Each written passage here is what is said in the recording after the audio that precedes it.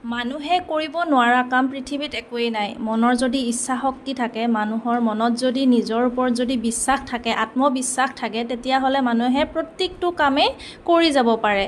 আৰু সাহস লাগিব, ইচ্ছা শক্তি লাগিব, নিজৰ ওপৰত ভগৱানৰ ওপৰতো বিশ্বাস ৰাখিব লাগিব।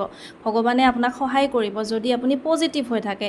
নিগেটিভ থটছ, নিগেটিভ চিন্তা, বেয়া ভাৱনা এইবোৰ মনত লৈ থকাতকৈ বিভিন্ন কামত ব্যস্ত হৈ থাকক, ভগৱানৰ ওপৰত বিশ্বাস ৰাখক, নিজৰ ওপৰত বিশ্বাস ৰাখক। আপুনি কৰিব নোৱাৰা কাম পৃথিৱীত একোৱেই নাই আৰু নিশ্চয় পাৰিব, সকলোৱে পাৰিব। আৰু ময়ো তেনেকৈয়ে কামবোৰ কৰি থাকোঁ।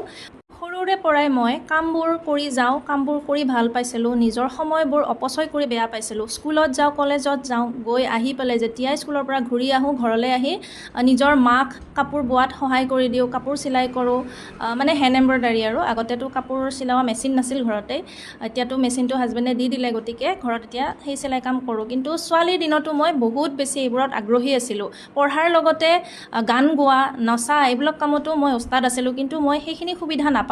ঘৰত যিকোনো কাম এটা কৰাৰ হেঁপাহ থাকে, তেতিয়াহ'লে সেই হেঁপাহখিনি পূৰণ কৰিব সকলোৱে পাৰে। ঘৰতেই বহি মানে বেলেগক কমপ্লেইন কৰি একো লাভ নাই যে মই এইটো কৰিব নোৱাৰিলোঁ, মই সেইটো কৰিব নোৱাৰিলোঁ, মোক মানুহে এইটো নিদিলে, সিটো নিদিলে। আৰে আপুনি নিজে কাবিল হওক, কাবিল হৈ দেখুৱাওক যে মই এইখিনি কৰিব পাৰোঁ। জন্ম দিছে মা দেউতাই, পালন কৰিছে, বাকীখিনি কাম কিন্তু নিজৰ হাতত। জীৱনটো অকলে আগবাঢ়ি যাব লাগিব। গতিকে বেলেগক কমপ্লেইন কৰাতকৈ নিজে কিমানখিনি কৰিছোঁ সিমানখিনি চিন্তা কৰিব লাগে।